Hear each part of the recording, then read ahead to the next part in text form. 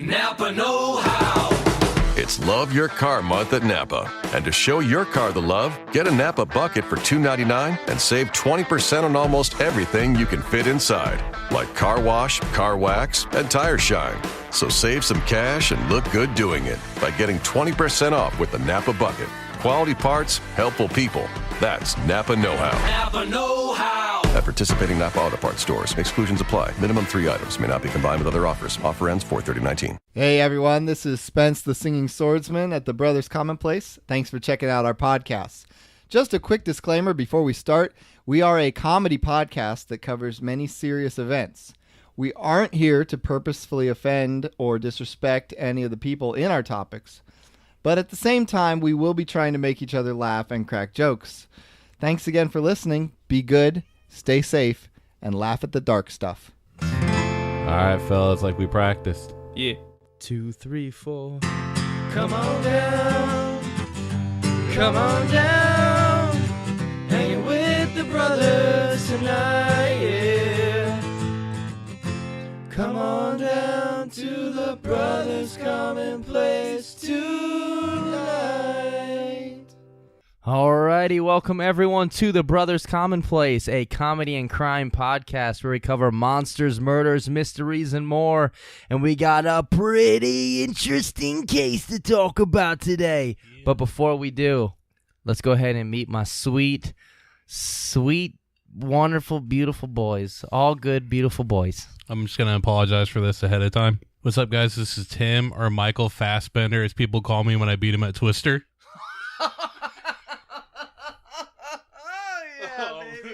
I'm sorry, guys. Hey, what up? It's Spence, or as they call me at my bowling club, Sprout Nipples.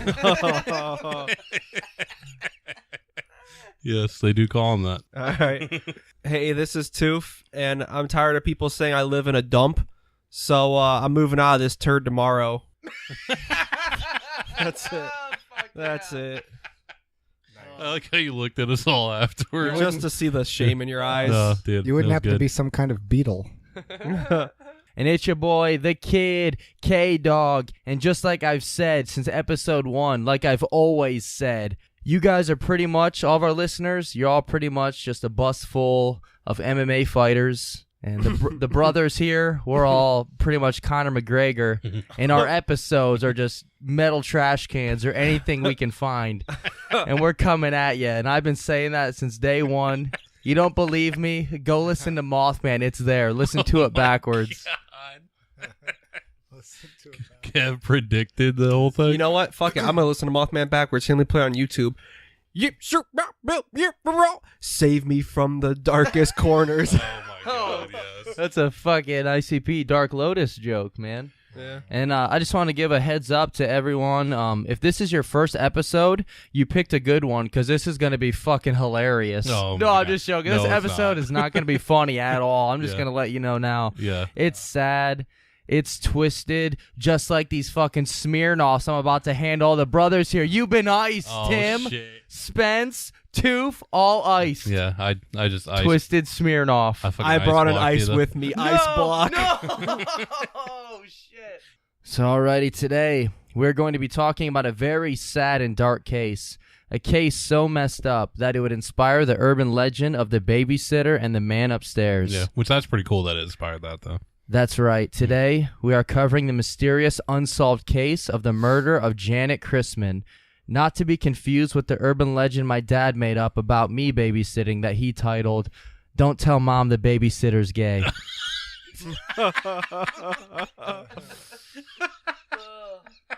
I thought your dad also named us Shit, dude. a cell phone company after you when he saw when you were a little baby running around all the time. Virgin Mobile. Oh, yeah. Well, I was a baby. I fucking hope to God I was a virgin. Not if I babysat you. Oh, fuck. I'm not. Shit, That's dude. for all. You sick fuck. I like how you guys are almost the same age. Well, guys, I guess we can delete the theory section at the end of this case because we know who fucking did it. Turn on the lights. It's kind of dark in here. So before we jump into our honorary brother, that sounded bad. Before we jump into the case and talk about our honorary brother, Spence, hit us with that subreddit of the week. I think this week's subreddit should be r Church of Rogers. Church of Rogers is a subreddit for people who believe that Mr. Rogers of Mr. Rogers' neighborhood is the greatest human being who ever lived. Oh, nice. yeah. Yeah, that's pretty cool. I'm okay with that. Yeah. Wow. I'll have to check it out. Fuck It's a yeah. nice one. Speaking of, we now have 6 subscribers on our subreddit. I made another account. Son of a okay. I was saying none of the That's why they all have 3 upvotes. No, I'm kidding. I didn't. Oh, nice. say none of those are me. I only You have know 2 that? accounts. We got 3 5-star reviews in the last couple of days. Oh hell yeah! So we're just going to do 1 a day, or 1 per episode. So if you've left us one, you will be on an upcoming episode. So if you want to be an honorary brother, leave us a 5-star iTunes review. So here we go. 5-star iTunes review by Ren Snapped. Amazing. I love the podcast. Keeps me entertained during classes. It's much more interesting than Shakespeare literature, LOL, and on car rides. Nice. So we super appreciate it, but come on. Willie Shakespeare wrote a whole bunch of sonnets, so let's pay attention to him, man. Also, I feel like you're probably not learning anything because you're, paying attention to us. So. Nice. No, but either way, hell yeah, Ren Snap, that's super awesome. Thank you. Alrighty, so this was brought to my attention by Spence. I've never heard of this case, and he wanted to cover it this week. And This is the kind of good shit you'll find if you follow last week's subreddit of the episode, Absolutely. which was Unresolved Mysteries. Yes. So here we go, on to the case. Janett Christman. And I can't say Janet without thinking of the new guy. You've been looking at my Janet. You're looking at my Janet. So that's not appropriate for this case, but alrighty, let's go. We gotta crack some jokes while we can, man. Is this case like really bad? Yeah, it's gonna be tough to be funny. I got a few jokes in here that are so not funny. Yeah. Okay. It's sad. It really 'cause is. it's not our worst. But No, it's up there with being as bad as the Austin Powers guy did to that lady. It's Because to prepare myself for this, I didn't read anything about it. That way, everything was new, fresh, and funny to me. yeah. Hell The yeah. first time. Well, I wouldn't want you to change up your routine anyways. Hey, I got to take over something that Andrew left behind. Alrighty. Janett Christman. She was born March 21st, 1936. She was the oldest daughter in the family. She had a sister that was a year and a half younger than her, and also a newborn baby sister named Cheryl. Cheryl! What is It's that? Carol. Damn it. What I is was thinking that? of It's Always Sunny. Oh, okay. Got it. Carol! Yeah. Yeah, okay. The fucking male one. Yeah. That shit's so funny. Wait, so she was the oldest born, Yes. and she's a killer, I take it, probably? No. Tube, you are so fucking wrong already. So that makes her Jason born. Get out. No. So we're sorry. Jesus Christ, it's Jason Bourne. And her parents were named Charles and Lula. So I like that name. Yeah, it's a fun name. I think it's more like a dog's name. Or but- Final Fantasy X. Oh, Jesus, guys. Fucking God. My family used to have a dog named Riley, and Used I- to. well, yeah, he passed away. Oh, fuck. Damn. The same day the Fuck. Cavs won the championship. Well, the sacrifice had to be made. Oh. This is Yeah. for you, LeBron. Yeah, that's not how it played out, but it should have. But anyway, I was in a class at a college in town here, and I was in the professor's office, like talking about the homework or something, and she says how her baby that was just born of like last summer or whatever is named Riley, and I almost said Uh-oh. I got a dog named Riley. Yeah. That was too long. That story was too long for the payoff. No, that it wasn't. No, it was dude. pretty good. I mean, at least it was a dog. You can be like, Well, yeah, that's just- why I nicknamed my pocket pussy or something. Well, what the Okay, let's keep going. The family originally lived in Boonville, Missouri, not to be confused with Goonville, where we all currently live and will forever live, because wherever we move, that place instantly becomes Goonville. Yeah, usually because Andrew follows us. So. It's like Odin at the end of Thor Ragnarok. It's like Asgard is not a place; it is a people. Yeah. Goonville. Goonsville is not a place; It's it is just a us. people. But they soon relocated to Columbia, Missouri, where they owned a restaurant named Ernie's Cafe and Steakhouse. And most of this information I got is from 2 or 3 articles and then the actual newspapers. Yeah. And in some of the articles, they refer to all the people as Colombians, Which, I mean, I get it. You're in Columbia, Yeah, but it Missouri. But doesn't I was like, come on. sound- yeah. I can't say this. Like in Yeah. the Colombians. Yeah, it doesn't sound like Yeah. it sounds like they're from like another country. So cocaine was involved. Exactly. At least you got your information from a reputable place. My all my information came from a homeless guy telling me to draft Johnny Manziel. Oh shit! Holy shit! Dude, that homeless man, if he ever becomes not homeless, he owes us something because we bring him up quite a lot. Wait, who? Who's The this? homeless dude who told the Browns, someone on the Browns to draft Manziel. That fucking happened? Yeah. Oh, yeah. No, that worked Why well. am I for not him. surprised that that's how their draft And process works? and the fact that we fucking listened. Yeah. I like, you know what, Manziel comeback season. I wish him the best of luck, dude. Alrighty, the town of Columbia was known as a college town, so I imagine the restaurant actually probably did pretty decent. And the family also lived upstairs above the cafe, so I don't know if that would suck or not. Like, you really couldn't be late for work ever unless your family was also Bobby's family from Scary yes, Movie. Dude, I knew that's where you're fucking going, dude. I knew that's where you were Man, going. how is that boy always late for school? He lives so close. Oh man. In 1950, Janett would be 13 years old at the time. She was described as being a hardworking, loving, independent, intelligent, and she also enjoyed going to church. Did she make a lot of money from her modeling days? Because just about 5 years ago, she had a famous picture of her rolling up her sleeve and making like a muscle fist. Oh my god. Just She's- that. We can do it or something like that. Oh my painting. God, just that picture. Just Shit. that picture. All right, I respect it. She also enjoyed playing piano in the choir. During her free time, she would line up several part-time jobs to earn money, and this would also include the babysitting she did.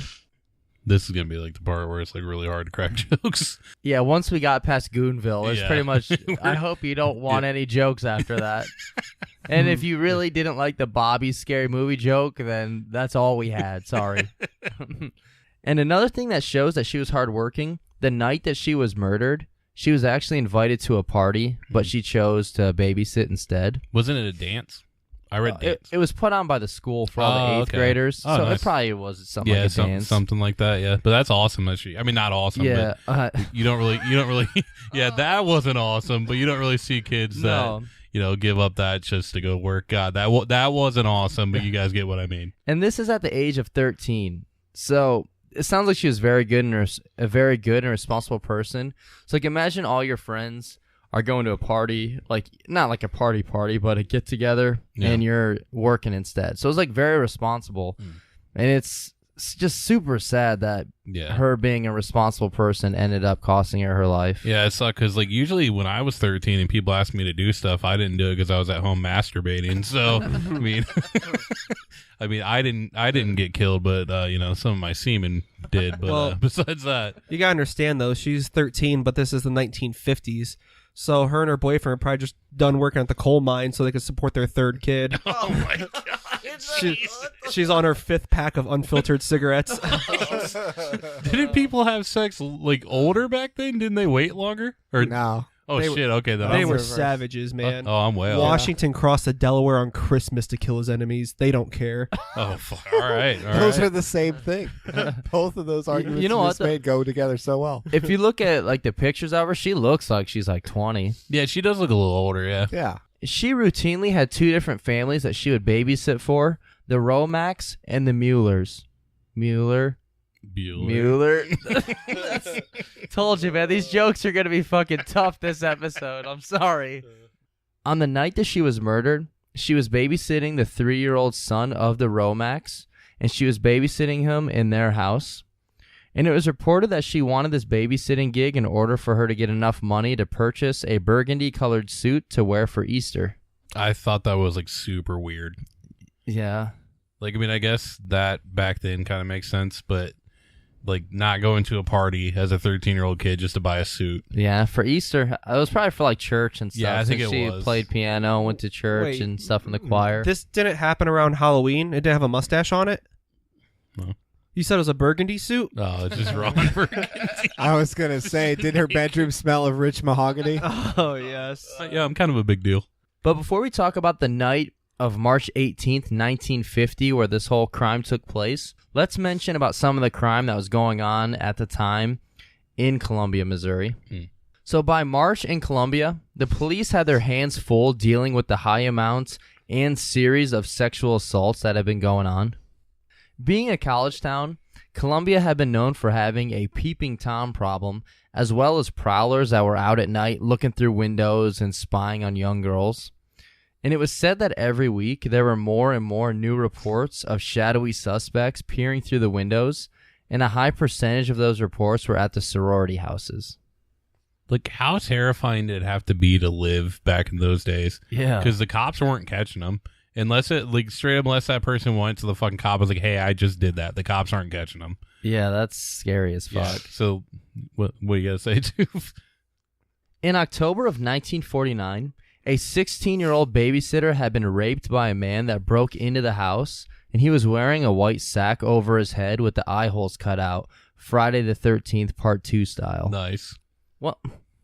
I mean, no, the last part was nice. Okay. A month later, November 29th, an 18-year-old college girl named Sally Johnson was sleeping on the couch in her parents' home while they were away. As she was falling in and out of sleep, a man had come into the home and tried to rape her. That's so fucking ridiculous. Like, Yeah. It's just, you can't even fall asleep on your couch without people trying to rape you here. Yeah, it's crazy, like, how many, because I read, like, a bunch of these when I actually, like, researched this. There was a ton. It's almost like in Colombia back then. There were people climbing in your windows, snatching your people up. You were so dumb. You were really dumb. We needed that guy to stop the whole thing. And these were all in the same neighborhood. This is only like a block away from the one that happened a month earlier. Oh, shit. Why the fuck aren't people locking their doors and shit? And the very next day, a female University of Missouri student was raped by an attacker that was wearing a white hood with eye holes cut out. So, Just saying. same, most likely the same suspect. Yeah, because, I mean, the strangers hasn't come out yet, so he's not, going from that. And the girl was on a date, and she was parked near a place called Hinkson Creek.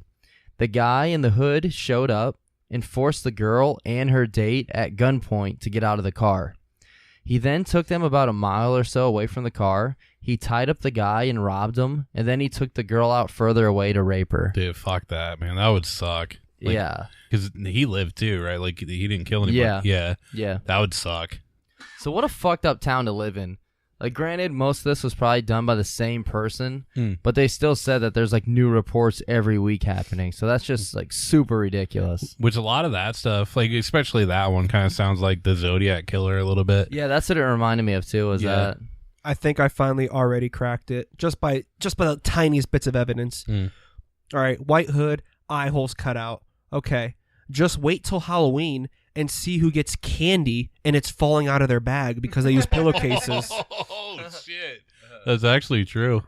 Unless they just wear that as their costume. And 2 weeks after the sexual assault at Hinkson Creek, the police chief urged all the Colombian residents to pull down the shades of their homes and make sure that all the doors are locked when they go to bed because there are too many fucked up people spying through the windows and raping people. So that's like super shitty. Imagine being the police chief and having to make that announcement that, hey, since we can't stop people from spying through your windows and raping, make sure you lock the doors. It's like that just shows how shitty of a place it is right now. Yeah, and you kind of would think they were already doing this because this is like the fourth rape. Yeah, this was all within like 2 months or so of each other. So you would hope people were already doing that, but if not. There is a bit of good news, though. December 4th of that year, which would have been a month or so later, the police had caught a man staring through a window on Hitt Street. The suspect was 26-year-old African-American man named Jake Bradford, and after a week in the city jail, he confessed to the rape of the 16-year-old girl, as well as the later attack on Sally Johnson. So finally, we have a suspect behind bars. And I didn't see anything about him confessing to the rape and robbery of the incident at Hinkson Creek, but they said the suspect for that case was a man in a white mask, as well in the first case we mentioned, so I assume that it was all the same guy. Yeah. And by March, there had been no new reports of sexual assaults since the arrest of Jake Bradford. Which if you admit to like two of them, they're just going to, expect that all of them were him, especially back then, because the police work wasn't very extensive. They were probably like, oh, yeah, he did all of them. He admitted to two. Yeah. Sir, we found a pool of the killer's blood. Yeah. Gross. Mop it up. So after that, since there was no sexual assaults going on for a while, people thought it was a little bit safer outside. There was a day early in the month of March where the weather was warm and nice, so Janett and 3 of her close friends decided to take advantage of this opportunity and take some pictures. And the girls posed in front of the school, as well as next to a car. And the pictures would be the last photos taken of Janett while she was alive. And you can Google search and find them online. So, alright, anything before we move on to the night of the murder? Let's move on to the gruesome murders. Alrighty, so now the night of the murder, March 18th. And if this story wasn't going to be sad enough already, Janett's 14th birthday would have only been 3 days later. Ugh, man. So the weather this night was awful and ugly. There were high winds, heavy rain, sleet, and temperatures only in the mid-20s. So if this real event was an opening scene in a horror movie, it would be portrayed exactly like it happened. The high winds, the tree branches smacking the windows, rain so bad that you couldn't see, and then possibly Pamela Anderson making popcorn on the stove. Oh, fuck yeah, dude. That's just the Scary Movie 3. That's all I got, Yeah. dude. Hey, dude, it's still a joke. Yeah. And like we mentioned earlier, there was a party this night. The middle school had one planned for all the 8th graders, but unfortunately, Janett chose to babysit this night. Yeah, that sucks. And this just shows how unfair life can be sometimes. She could have not been so responsible and just been a kid, and then she could have still been alive, but she chose to be like a responsible, good person, like helping out babysitting. Which, Well, I'm making money. yeah. That's true. It's crazy, and like I'm not like giving that person any credit or anything like that, but it's crazy that somebody straight went out in that shit just to go rape somebody and kill them. Oh, Like who the fuck's like, yeah, let me go out in this dangerous weather just Yeah. to, Well, they had a strong work ethic in that town. oh dude. Yeah, they did. Yeah, the girl's showing it. It's like, oh, the weather's pretty shitty out like this. We can either film the Calypso scene of Pirates of the Caribbean, or I can go rape this girl. Hey, I've solved it. It must have been a fucking mailman. How's the oath go? Like in the darkest sleet or hail or whatever. Dude, it was either that or a fucking pizza delivery guy. There you go. Like they go out and fucking everything. Hey, how old was Karl Malone's girlfriend? Because Karl Malone was known for having sex with like a 14-year-old in college. Oh, yeah. Okay. Yeah, that's right. Maybe the killer was like a rival babysitter who was tired of her taking her business because she's a greedy person. Just money hungry when she should be being a kid and living it up. To everybody that be living it up. Around 7:30 that night, Janett had gone over to the Romax residence to babysit their 3-year-old son, Gregory. Ed and Ann Romack, whom was pregnant at the time, was invited with their husband Ed to come over to a friend's house to play cards. And they haven't had the chance to relax and have fun together in a while, and thanks to Janett wanting to babysit for them that night, the two were off to have some fun. If an alien came to Earth and was like trying to like make it seem like they were a human, I feel like they would say their name is Ann Romack. That just sounds like a fucking alien name to me. It's the real name from one of the guys from Mortal Kombat. Dude, yeah, or that. Yeah, that kind of. Yeah, it kind of sounds like that too. One of those fucking robot guys. Cyrax. Or Oh, okay. Sector. Gotcha. Did you used to think like that one of the Mortal Kombat guys' his names is like Nutsack? Like one of the robots? Like not Cyrax. What was the other one? What's the red one called? Sector. Yeah. What about Noob Saibot? No, I think it was Sector. I always just thought of it as Nutsack. Why? There's I don't not know. even an N or a U in it. I don't even know, man. Which one shot like the web out of their chest? That was Cyrax. That was Cyrax. Dude, I was so good with him. So Janett arrives at the home, which was located right on the outskirts of town. Ann and Ed had already put little Gregory to bed and assured Janett that he shouldn't be a problem and that he likes sleeping with the radio on, so to go ahead and keep it playing in his room. And FYI, one of the baddest songs of all time came out in this year of 1949, Riders in the Sky, Ooh, nice. also known as Ghost Riders in the Sky by Vaughn Monroe. And that's like a super awesome Western ballad song. Yeah. And one more notable song that came out, Margaret Whiting, I think, or Whiting, and Johnny Mercer's Baby It's Cold Outside. Oh, nice. Oh, that's cool. That's such a weird fucking song, though. Is really it just weird like fucking her song. trying to get him to leave and he just wants to stay? And he pretty much is like, come fucking stay in here. It's cold. Yeah, Let's it's have like, some fucking beer so I Bitch, can it's bang cold. you. Yeah, it's cold outside. Yeah. We're having sex. I'm not going anywhere. I thought it was the an Eminem stan when he's like yelling at his pregnant girlfriend to like get in the trunk of the car, but she's like, I don't know, talking about her baby and it's cold outside. It's so fucking skip this. Delete this.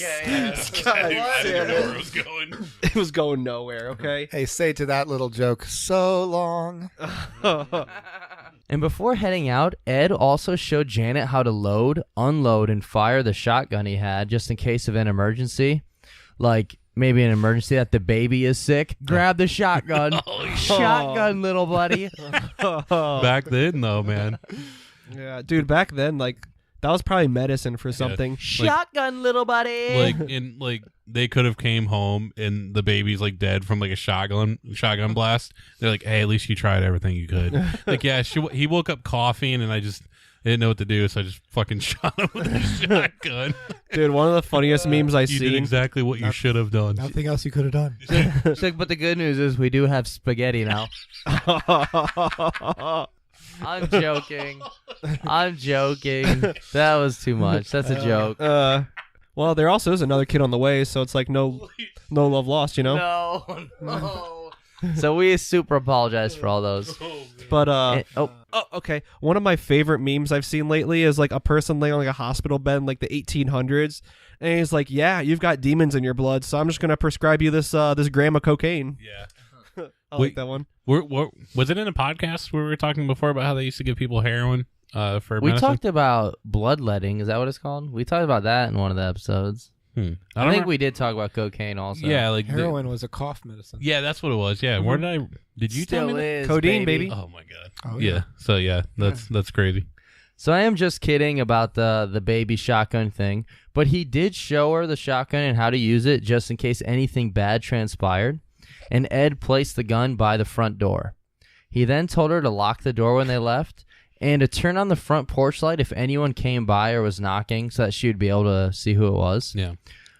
So I don't think he told her to leave it on, though, because that's what I originally thought, that he told her just to keep this light on. Yeah. But I think he told her to turn it off and turn it on. Yeah, because he said he was surprised when the light was on. Yeah. So. That's when he first noticed something could have been wrong. Are you guys kind of questioning the placement of the shotgun? Like the front door? Like if someone just like comes in through the front door, like there you go, like your weapon's gone. You're not going and grabbing it. Yeah, if they break through the door, and why not like in the bedroom she would be sleeping in, or in the baby's room, you know, so she can keep it with you. On, so like, she the can cook couch. spaghetti quicker. I would have had it. Oh Jesus! I would have had it like in the little foot part of a chair that Recliner? in a recliner chair. I would have had it in like the foot part. So if anyone comes in, I pull the handle and the shotgun shoots straight up into my lap. I was gonna say if it extended where the foot was, it really would be head level with the baby. So Yeah. Oh my god! Yeah, you pull the handle once, shotgun. Pull it twice, bowl of spaghetti. This isn't good. we gotta, you know what? We're taking a turd of a story that you can't make jokes from, and I think they might have been eating some. What, like spaghetti? No. It's not as funny. We're pulling gold from it. That's what we're doing. We're sorry. We're super sorry. I know some of this is in bad taste. All of it. Yeah, but we can't crack jokes about anything else. But you know what They should didn't have taste seasoned the bad? spaghetti better. The spaghetti. Oh my god! Spaghetti. Joking. I was gonna No. say. Okay, no more. I mean, I don't know if you keep this in. I was gonna say, but it really is dead babies or rape, and we're choosing to crack jokes about dead babies. I feel like that's like the high road there. Yeah. Or we could just not crack jokes about either, but we're just not that kind of person. We're not that kind of people. Kind of. If since this is 1950, this might have been how Planned Parenthood started. Oh, jeez. Alrighty. No, okay, here we go. Due to the shitty weather going on this night, the night for the police was pretty slow compared to the normal nights, and then suddenly around 10:35 p.m., the Boone County Sheriff's Department received a frantic and worrying phone call. Instead of normal police sirens on top of their cars, did the Boone police just play Boone, here comes the Boone, ready or not, here comes the Boones from the south. I hope so. How you like me now? Oh my god. Officer Ray McCowan picked up the phone, to which he was immediately met with a woman screaming in panic and genuine fear. She screamed, "Come quick." And then before anything else was spoken or he could understand what was happening, the phone line was cut short. See, I'm not like judging her because I know this had to been fucking terrifying. If this was her, I mean, they had no like proof, but I'm guessing it was. You were able to say come quick. Couldn't you just fucking thrown out an address, thrown out a street, road, something? Yeah, well, here's the thing. Here's what happened. According to some sources, it said that the officer was met with a dial tone, which means that the phone was hung up. But some sources also claim that he never received a dial tone. The other end just went silent. So that could have either meant that she was like either knocked unconscious, or maybe like they or cut it, or if like yeah. So if the phone was hung up, he probably would have gotten a hang up noise or dial tone. Okay. You know? Yeah, I guess that does make So sense. some say it went just to silence. So I don't know. Yeah. So, I gotta make a joke about this somehow, right? So, a scream and then someone yelling, come quick. Oh my god. This kind of reminds me of my first time trying anal sex. But I learned my lesson. I'm never going to jail again, so. All right. Okay. That ended very well. And I haven't been able to shit right for a week. Oh, so it was you in the bathroom in the movie Bad Santa? Oh, is that what that is? I thought that was, he was like banging that like fat black girl in the bathroom. If you read the newspaper article, actually, Officer McCowan states that the phone did go silent, like not being hung up, just silent. So I did forget about that because you can see the actual newspaper clip of it. It probably wasn't a hang up. It was probably legit, like maybe it got cut or something like that. It just sucks. And it obviously, like I said, I'm not judging her. I just wish you could have thrown out like a street name or something. And McCowan knew right away that it wasn't a prank phone call. He believed he could hear how genuine the girl's voice was, and the horror when she spoke was real. Unfortunately, the call was too short to provide a trace, and the woman on the other end didn't get a chance to provide an address or any details on where she was or what was happening. How the fuck would they even trace a call back then? Like, how would that even work? Oh, you just you hold onto the phone line with one hand and just keep running until you get there. That's I don't know. how far do you go, Kev? Do you just keep running, running, running? Shortly after, I wasn't able to find a time, but it would have had to have been between 10:35 and 1:35 a.m., which I'm guessing it was closer to 10:35 rather than 1:35. Ann Romack had called the home from their friend's house. She was calling to check in on Janett and Gregory. However, she had received a busy signal, and also, according to another source, nobody answered the phone. But it sounds more like it was either... I mean, you would think maybe a busy signal if like the phone never got hung up. Well, that's what I would think too. But then she says she thought that Janett had just fallen asleep after she called. Oh, okay. So she didn't think anything was going on. But if it was a busy signal, you would think she was on the phone. But if no one answered, then she would have thought she was asleep. Dude, like I'm like imagining like cordless phones like from the movie like Scream. Yeah. And then now thinking back what those phones probably fucking looked like. Was that still when they did like the little spinning thing, or was that even before that? Oh yeah, no, it was around then. Definitely. Okay, gotcha. But yeah, so it was late, and she just assumed that Janett had fallen asleep, which I would completely understand. So I probably wouldn't have thought anything was wrong either if I was calling and they didn't answer. Yeah. And the Romacks pulled into the driveway around 1:35 a.m. and noticed that the front porch light was on and the front blinds were open wide. And this was strange because Ed told her only to turn the lights on if she had heard somebody out there. So Ed then pulled out his keys to unlock the door and head inside, but the door was already unlocked. So it's basically everything he told her to do if she heard somebody knocking the door. Yeah. Pretty much. That would suck. That's so fucking scary. Especially because as soon as you pull in, you'd probably be like, oh, fuck. Yeah, oh yeah. And then as Anne, you would probably be like, oh my God, I could have done something maybe because she called just as soon everything was okay. What's their last name? Like Roblox or something like that? No, Romack. Janett's last name is Christman, and Ed and Ann's last name is Romack. Oh, okay. Good thing it's not Heavens. Knocking on Heaven's door. Okay. Jesus. Okay. Should have seen that go.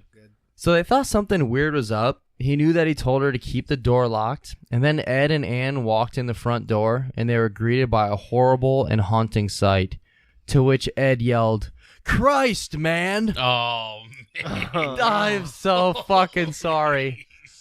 Oh my god. I am so fucking sorry. You went there. So what's this one from? Because That's her her last name Christman. Oh, okay. It kind of had to be said. I am so I was sorry. holding it back because I was going to say it earlier, but yeah, it kind of had to be said. I'm not proud of any of these. I'm so sorry. So, yeah, Janett, just 3 days away from her 14th birthday, was lying on the floor in the living room with a pool of blood soaking all around her and into the shag carpet. Her legs were spread, and there was a cord that was wrapped around her neck. Janett Christman had been violently raped and murdered. She had a head wound from where she was struck with a blunt object. She had multiple stab wounds from a mechanical pencil, and the cord that was around her neck was cut from an electric iron. So a lot of the stab wounds that were like on her scalp, and they were said to have been from a small blunt object or a small object of some sort that was stabbing her.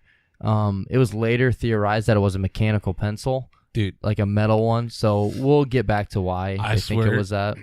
I swear I was actually surprised they had mechanical pencils back then. We'll talk about that in a second also. So yeah, I thought about it. I was like, wait, it wasn't like one of those number 2 pencils? Nah, their kind is probably like their type of mechanical is probably that one you like stick the needle down and draw circles That's with. a compass.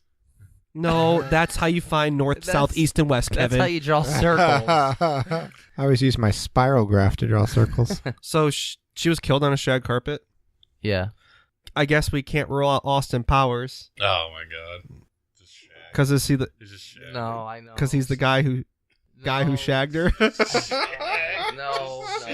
And just a couple feet away from Janett's body was the phone that was dangling off the hook. And the sight of seeing their babysitter brutally murdered in their living room had sent Anne into a hectic state of shock, and she then ran upstairs to check on the 3-year-old. To her surprise, though, he was still asleep in his bed, radio on, and completely oblivious that anything had happened. Like, this isn't a joke at all, but dude, that kid would be so fucking easy to babysit.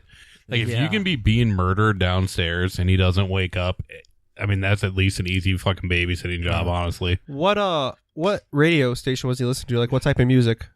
I'm not quite sure, Toof. Was it jazz by chance? Oh, shit. Oh. Fucking Axeman. Yeah. Oh. Ed hurried up and dialed 911 to get help immediately, and the Boone County Sheriff's Department sent over numerous detectives and bloodhounds. However, since the home was located right outside the city limits, there were some problems, because not only did Boone County send over their officers, but the city police also sent over some of their detectives as well. Wait a minute. He dialed 911? So, like, he unwrapped the phone cord around her neck and plugged it back in? No, the phone cord wasn't around her neck. It was a cord that was taken from it was a cord that was taken from an electric iron. Mm. The two police groups were in huge disagreement over who was in charge, and each group was trying to take the leadership role. And this made the case extremely difficult because anytime there were some answers or clues or anything, the groups would disagree and they would start handling things differently and independently. So it was just a giant clusterfuck. What the fuck is up with the police work and the podcast we do? I know. There's dude. never been good police work. That's why it's always unsolved cases, Yeah. because they don't fucking work together. Yeah, like they could. I mean, I don't know if they could have easily solved this. This was a while ago, but I feel like they maybe have had a better chance if they would have just listened to each other and stopped, being petty. And inside the Romax home, they found many clues such as blood smears, fingerprints, and an adult male's footprint near a side window. The clues led the police to believe that Janett had resisted her attacker and tried to fight back also.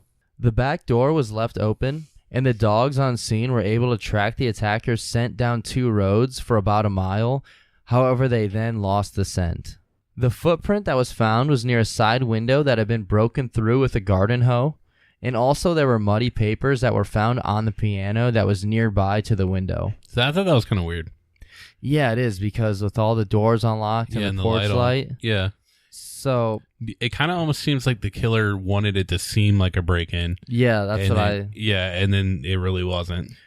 Yeah, well, we can talk about that in some of the theory section. Yeah. And one of the main things that both police jurisdictions argued about was the method of entry into the home. Some believe that he had gone in through the smashed window, and then some believe that because of Ed's instructions to Janett, that the perpetrator actually knew Janett and somehow convinced her to let him in through the front door.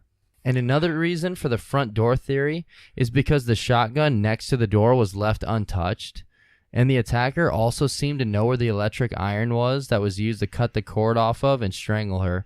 So if she would have heard someone break in through the window, you would think that she would have grabbed the shotgun maybe. Yeah, you would think. The only thing with that, though, is, I mean, he didn't really have to know where the iron was. He could have used, any cord. I'm guessing there's probably more than one. Well, the fact that the killer used an electric iron cord from a sewing room down the hall from the front door, that's why they thought that the attacker was familiar with the layout of the house, because it wasn't out in the open or anything. He went to this room and grabbed it. But yeah, he could have just grabbed anything really. Yeah, because he was hitting her with shit too, so he could have just grabbed anything. Well, I can see a time lapse of her hearing him break in the window, her running from downstairs, grabbing the phone, dialing it, and he's probably in the house by the time all that happens, and then he sees her running. So maybe, what window did he come from? Supposedly. Well, this was a side window that was broken. Down the hallway though, or in the living room, or I saw a picture of the house. It said it was the house, but I didn't see how there was an upstairs in this house. Yeah, the picture I saw. It's kind of hard to really say without knowing the layout of how everything was. Well, I could just see it takes her a while to run downstairs after hearing a window break, and then dialing, waiting for it to ring, then finally talking, and then he wraps the cord around her neck and pulls her away. Yeah. But do you go for the shotgun first and then call? But she is also 13. Yeah, I mean, she probably wasn't thinking rationally. But I do kind of agree, though. I think maybe the last part is a bit of a stretch. I can see the shotgun being untouched, but he could have just looked around and found the iron by chance, unless it was kept hidden or something. I mean, I know they said it was in that sewing room, but I don't know if it was out in the open there, or if it was hidden away. Yeah. So I don't put too much stock into the knowing it just because of that. Absolutely. But that was all the evidence that the police had so far. So next they decided to stake out the house and surrounding areas in suspicion that the killer would return to the site of the murder. And the police even worked in 12-hour shifts, so that's super crazy fucking boring. Oh yeah. Just watching a house. Yeah. Do killers fucking do that? Yeah, they do it a lot. I'll say, because I've seen it in movies, but I've never seen it in real life. If they were caught a killer just because they went back to. Well, there's also a lot of serial killers that go hang out at places where police are, because they like getting as close to the case as they can, because it's an ego thing. Yeah. Where they think I'm so good at this and they can't catch me, even though I'm putting this shit right in front of them. Yeah. A lot of them will actually do that. I think an excellent analogy to this would be after you go to the fridge and smash a whole plate of Hot Pockets. You just walk to the fridge, open it, look inside, then close it and just walk away. And then an hour later, you'll do the same thing. Just look at the fridge and go. It's kind of like that. You're just proud of yourself for eating all the Hot Pockets. Actually, I'm going to cut a hole in your story because you're not going to be leaving the bathroom for a long time. So, I mean, if you say the next day you do that, I'll believe you. Just don't cut a hole in my pillowcase and set me up. Oh, Jesus, dude. That was very good. Yeah, right. And next, the police questioned Janett's friends and family, as well as other students from her school.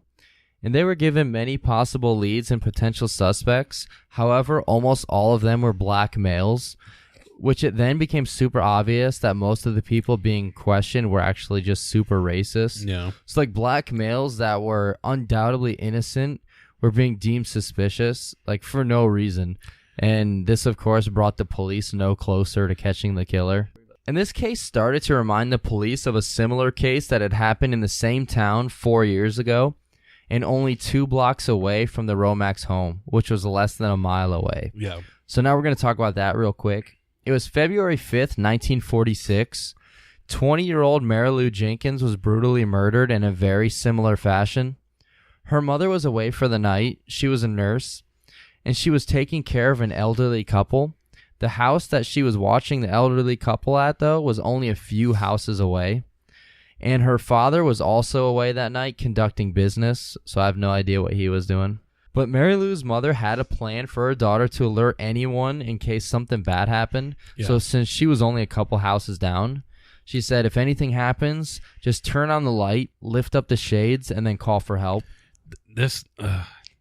Okay, cool. That, if the house is on fire and you have plenty of time, do that. If, somebody calls and says, hey, I'm going to come to murder you in 15 minutes, do that. But if somebody breaks in the house, you don't fucking have time to do that. Yeah, so that's and like I forgive the girl I forgive Anne because like that was at least understandable. Because she didn't answer the phone, she just thought she was sleeping. I can understand that, but this part is kind of stupid to me. Yeah, I agree. Like later that night, Mary Lou's mother noticed the light was on and the shades were up, which was their whole signal if something bad was going on. However, she didn't receive a phone call from her, so she didn't believe anything was wrong. Oh my god. Yeah, dude. Like, reading this like just instantly pisses you off. And it's like, okay, I get it. Her mother is like a nurse taking care of an elderly couple. It's a lot of work and stuff. But if you noticed that the light was on and the shades were up, which was like your whole like safe word thingy, not safe word, but you know what I mean? Yeah. Why wouldn't you just call at least? Yeah, like call. Granted, it probably would have been too late. It was only a couple houses down.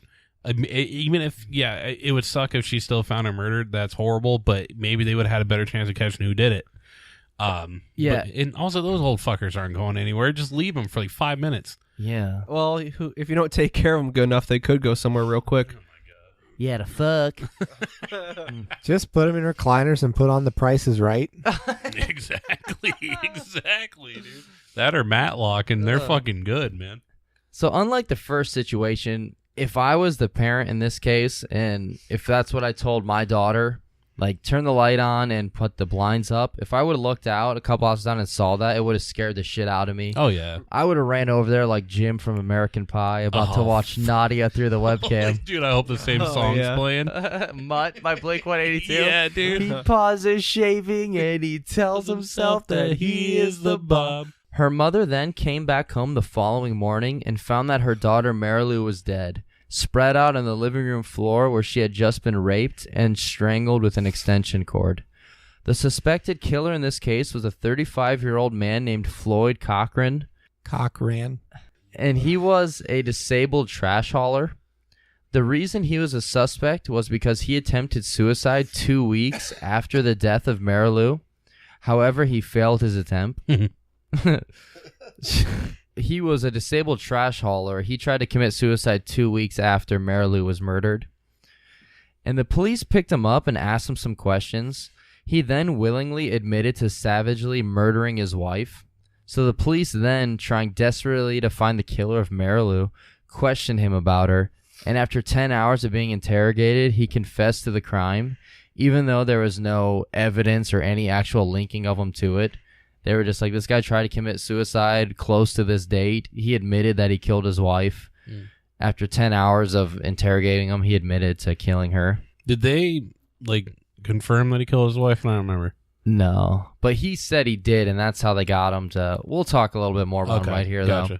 So September 26, 1947, Floyd was set to die via the gas chamber, but a few hours before the execution, he recanted his confession, and it was later discovered that he was coerced to give a false confession. So, however, it was too late, for the case was already closed, and the death of Marilou was just considered solved, and they didn't bother going back to it. Cool. That's always like super fucked up, though, when the police would rather just have a person say they did something they didn't, just to close the case and make them look better. So you're just clearly letting somebody go. Yes, like never mind that the real fucking killer's still running out there somewhere. He's going to do it again, obviously.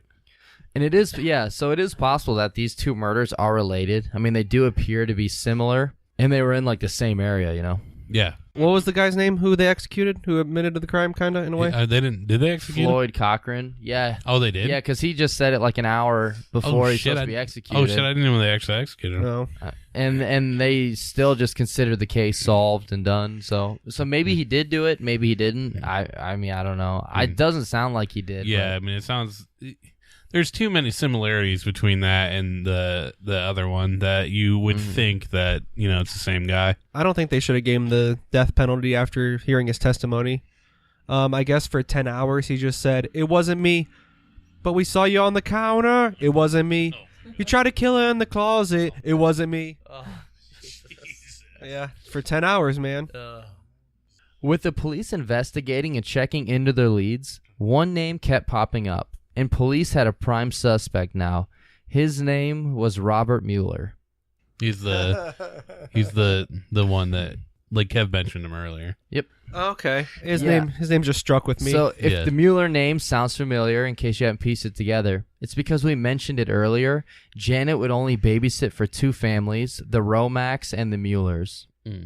So Robert was 27 years old, and he was a friend of Ed Romack since high school. He was also a World War II vet and an Army Air Corps captain.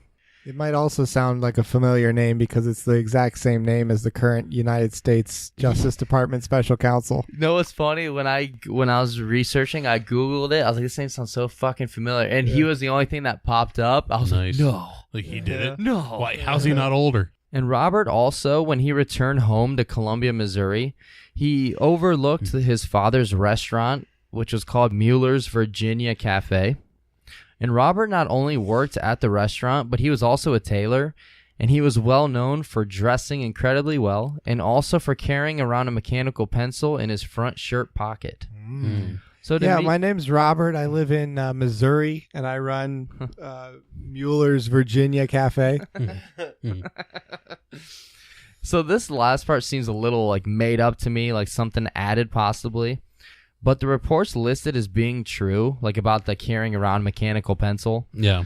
And also I checked this part because I wasn't positive, but mechanical pencils have been around for hundreds of years. The very first one being in 1565. What the fuck? So thank you, historyofpencils.com. How do they know? How do they know that though? Like, what evidence do they have? There's a patent for it not too long after it. I mean, they weren't ones where the lead would automatically just, like, they had to do something for it. I forget. But, yeah. You had to stuff the lead down in like a musket. Yeah, gun you would with a think. ramrod. Yeah, you would think that's what was You going got, on. like, the lead in your mouth while you're doing it. You got the lead in your mouth when you're done eating that spaghetti dinner.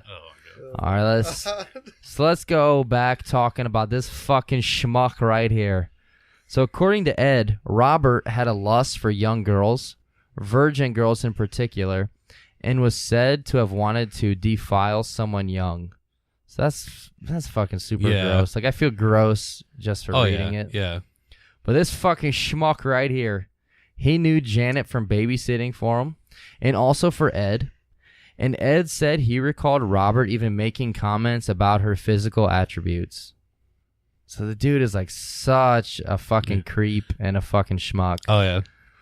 And the reason I keep saying schmuck, if you haven't seen it, there's a video of Paul Stanley from Kiss saying schmuck, where someone has a laser pointer and they keep aiming it up there. And he's like, hey, who's the schmuck with the laser pointer? He's like, tough guy, come up here, tough guy. Oh my god. And yeah, so in the video, there's a fan in the crowd with the laser pointer, and he keeps saying, like, come up here, schmuck. And then he says this, put it in your pocket or I'll put it up your ass. Oh, fuck yeah. It's so funny because he pauses and then he says, I'll put it up your ass. Oh hell yeah. It's so fucking awesome. This fucking schmuck. So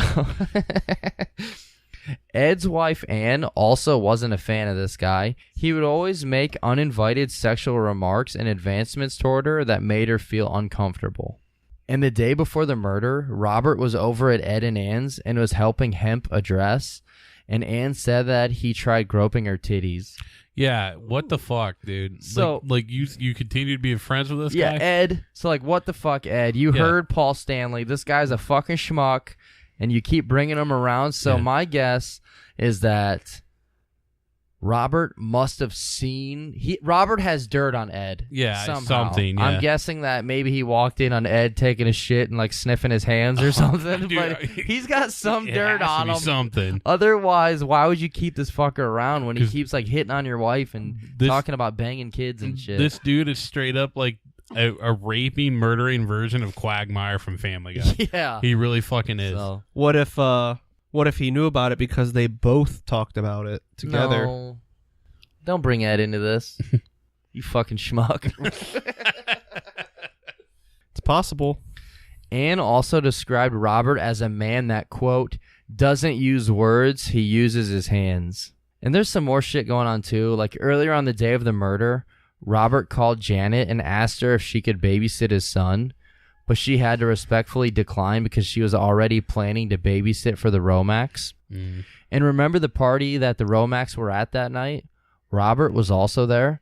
However, he had to excuse himself for a couple of hours because he said he had to meet with a doctor who was going to be tending to his son. Yeah, and what time was this? And wasn't this This- during like the horrible weather? It was during horrible weather, and I believe, Like, it had to be past 8. Right? yeah, it was somewhere past it, because didn't she get there at like 7? Yeah, so it had to be like probably like 9. then. Yeah.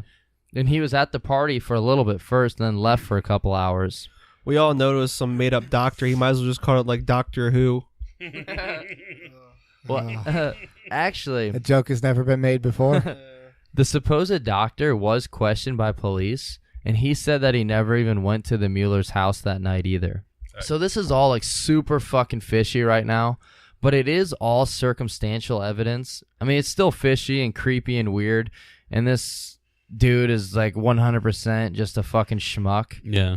This as fishy as my ex-girlfriend's underpants, man. It's that fishy, dude. So he's a man who doesn't use his words, he uses his hands. His hands. The following morning, Ed got a call from Mueller asking if he needed any help to clean up the blood in the house, which is not only a super fucking weird-ass question, but there's no way that Robert should have known about that yet, because it wasn't printed in the local newspaper either, because it just happened. Yeah. So that's already just a fucking schmuck move. Dude, this is just fucking OJ type, like, evidence, like, piling against him. And Robert would even later go on to describe how the murderer could have gotten into the house, and he stated that breaking a window to enter would have been too loud. However, he could have gone inside by knocking on the window and saying, "Ed sent me here to get poker chips." So, like, not only is that super fucking weird, well, why the fuck would you talk about how you believe the crime unfolded and took place, but you're just coming out with that on your own and putting yourself in, like, the fucking crime scene, you know? Dude, that really is straight up just saying what probably happened. And he wasn't even prompted, I don't think. Yeah, he just fucking said that shit. Yeah, that really, like, we can, like, at least 80% say that's what happened. Is that like his way of like confessing to it in a way? Well, okay, so the evidence against him is staggering. However, like we mentioned, it is all just circumstantial because there hasn't been any physical linking of him being the killer, actually. Yeah. It's like it's everything except for physical evidence. Yeah. But I mean, it seems like it's got to be him, but, you know, there's nothing they could link him with. the police did believe that it was him, though, and they gathered up their information and evidence that they gathered against him, and then they drove to his house to speak with him. But they didn't arrest him. They didn't follow any normal police protocol. They drove him out to a farmhouse outside of the city limits. They asked him questions throughout the night, and then afterwards they took him to Jefferson City to take a polygraph test, which he passed. And the detectives had to then let him go free, and that was that. Yeah, but you can pass a polygraph just by clenching your butthole. Yeah, you can do a lot of shit like that. Well, I mean, You could do a lot that of shit by came- clenching your butthole. Yeah, you won't even know, dude. There's no way I should have gotten third place in the spelling bee in third grade. Yeah, I totally didn't mean to say, but I meant to say there's a lot of ways you can pass polygraph tests. Some Yeah. people just don't have the emotion, like don't show their emotions, Yeah. and they can Like, shield that. Yeah, shit. really, if you don't feel bad about it. you Especially probably- this fucking schmuck. Yeah. Or they could be just like me and just believe their lies You believe your own lies. easily. Everything. So yeah, he was never arrested or charged. He tried to sue the police department too, but he would actually lose that lawsuit. He then moved out west with his family and lived in Arizona until he passed away in 2006. That fucker lived way too long. Yeah. Anne would eventually pass away also, and Ed would later remarry, but he passed away in 2016. Their little boy Gregory had grown up and settled in Alaska, and it was said that he was actually doing really well for himself. I'm not sure the details though. Yeah. Janett's father passed away in 1974, and the rest of her family would then move away shortly after. It's like everyone moves away from this fucking town. Yeah. And a lot of people blame the police departments and legal system for not arresting and convicting Robert Mueller, because if they would have worked together instead of trying to be like their own leaders in their own groups, they could have probably solved this. Like, they definitely botched it because he was their only suspect. Could you also even like say that Anne and Ed should have maybe said something about this guy earlier, like maybe before the murder? Because I mean, if they notice that he's saying all this like weird shit about wanting to like do flower virgins and stuff like that, and he's that weird. Yeah, especially if they knew that she was babysitting like for him. For him also. Yeah, like maybe tell her, hey man, don't, that guy's a little off, because I mean, if she like this could have happened if she was at his house. And like they said he had a son because if she's babysitting, they didn't mention him having a wife or a girlfriend. Yeah. But you think they would be like, Ed was over my house. Not Ed. But like, yeah, Robert was over and he was grabbing my titties again. Yeah. Like fucking say tell his something. wife. Yeah, and then tell her too, so she stays away from him. Maybe that would be like, maybe if she would have heard him knocking on the door that night, if she would have known how he was, maybe she wouldn't have let him in, or maybe she would have grabbed the shotgun just to be safe, something. This police force was so incompetent. The only person they did interview was the baby. They did it professionally though. Sir Gregory. They did it professionally. They just hit him with nightsticks for a while. Oh my god. He's resisting. They throw him down the stairs like the grandma from Scary Movie. Oh my god. Okay. If only the police departments would have worked together and done them correctly, then maybe Janett would still be alive today. She would have just turned 82. Yeah, I saw that. That's crazy. But yeah, that is all we have on this case. It's just sad and depressing. So Mueller, that douchebag, lived till 2006. Till 2006. And I wonder how old he was when this whole thing was going down. Because if She was 27 when she Holy was murdered. shit, yeah, because if she was going to be in her 80s now, like he probably lived, lived 80s or 90s then, right? Because he would have been like 14 years older than her when it happened. Yeah, so we do have a few notes real quick. It was said that she had scratches down her face, and some sources said that she had DNA under her nails, but back then they didn't really have ways to test DNA, and they never did anything with it. And I believe that I read that the rape and murders all stopped after he moved away. Yeah, I don't know if remember there was reading that. an actual connection to that or when he moved away or anything like that, so I didn't really put it into the main outline. It also may have just stopped when he got questioned. Because, he may have thought he got that close to being caught. I mean, he's going to be kind of watched. He probably wouldn't get away with it again. So this is probably a dumb question, but do you guys think Robert Mueller was the murderer? Or just a creepy, perverted schmuck? I think he's that first. I think he's a murderer and a creepy, perverted schmuck. Yeah. But yeah, I definitely think he did it. No. Oh. I have a different theory. Okay, what's that? Toof wanted to say something, though. Tell us your theory. Okay. You've seen movies like Baby Geniuses and The Boss Baby? Oh, dear God. So, Yes. So it's the baby. Okay. Yeah. Theory over. Well, did his shoe match the shoe print outside the window? That's a thing I never found. I never found that answer. And that's weird because that was the only possible evidence. But I don't think that he actually... Like, I think he came in through the door because the front door was unlocked. The back door was open. I think he went in through the front door and also because the light was on. The light was on. The front door was unlocked. So I think he went in through the front door, had her open it because she knew who he was. Yeah. Then I think he did the murder. Then I think he went out the back door to leave and then maybe like threw a hoe through the window.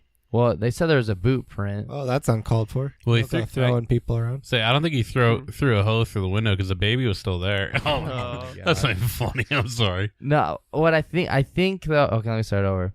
What I think he did is I think he came into the front door because the light was on and the door was unlocked and she knew who he was. And then I think he left through the back door because that was wide open. But I think he staged the break-in so he wouldn't be I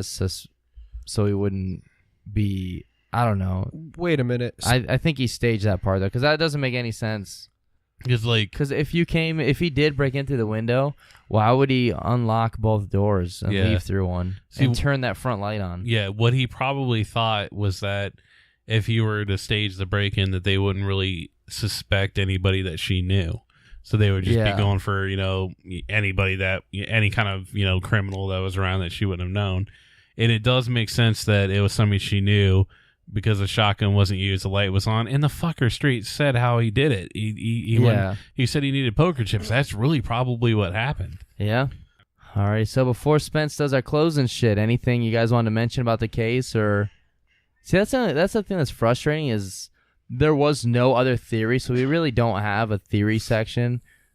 it was just Robert Mueller was the only one they thought it could have been, really, and they let him go. It had to have been him because the dude that supposedly did the other, I think he did fucking all the rapes, actually, but the dude who supposedly did the other rapes is dead.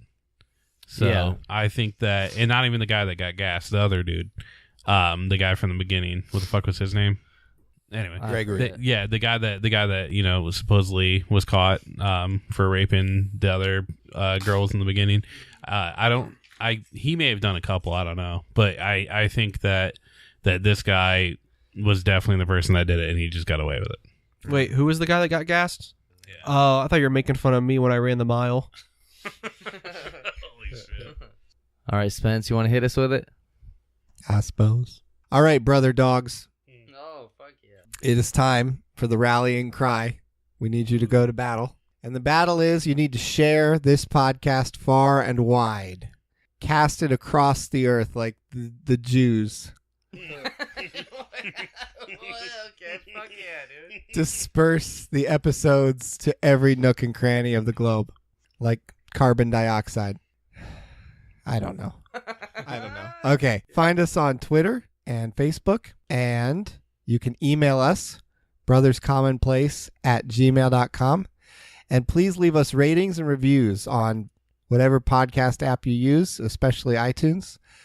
Give us those 5-star reviews, and you, too, might become an honorary brother. Hell yeah. So special thanks to everyone that has already left us a review. I know it's annoying to hear us say it every week, but it really means a lot to us. And also it'll help us move up in charts if we ever get on a chart.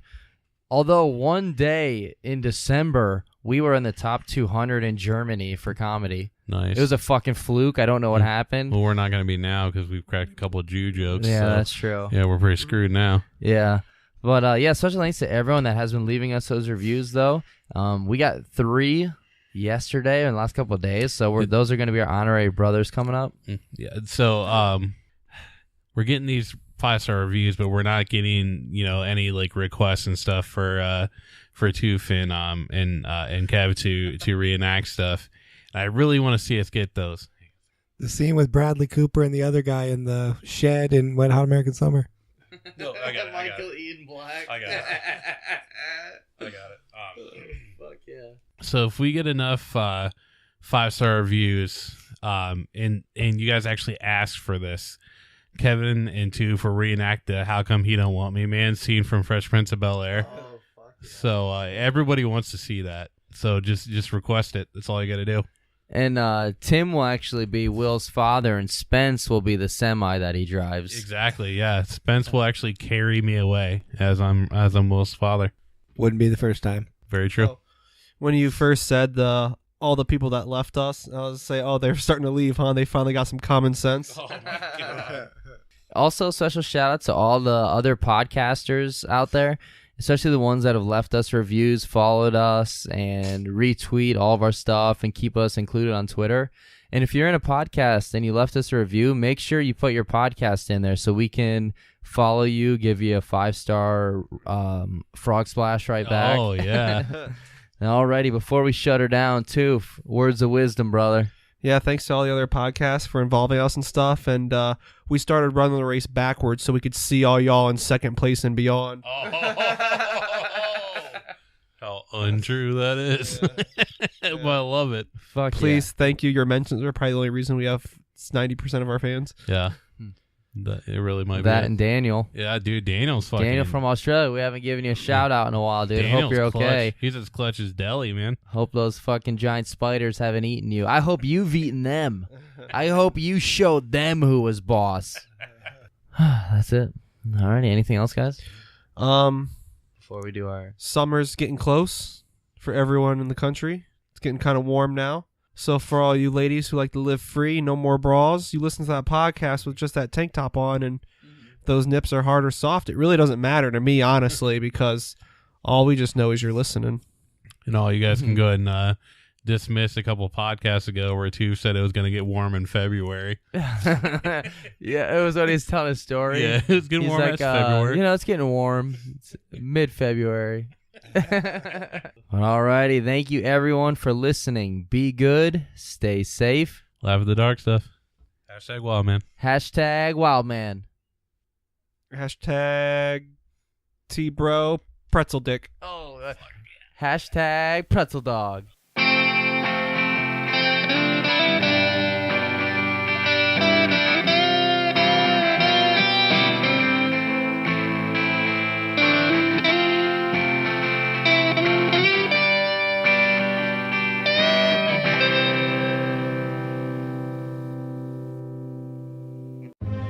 This February, history will be made. Millions will watch as 80 years of unjust stigma is left in the past. A product that drove good people to the black market will be revealed as one that's creating a new global market. This February, what inspired the symbol of counterculture will at long last be seen as just culture. The new normal is coming. Will you be one of the first to see it? Visit medmen.com to watch an exclusive preview. You teared up because the barista screwed up your order. You finished a pint of fudge ripple ice cream in front of the freezer. You yelled at your desk neighbor, Leslie, for breathing too loud. This time, don't go and buy another box of tampons. Question what you thought you knew about periods. Question what you buy, what you use, what the usual way, right way is to deal with it. Revolutionize. Switch it up. Try the Diva Cup and see how it can make dealing with your period a whole lot better.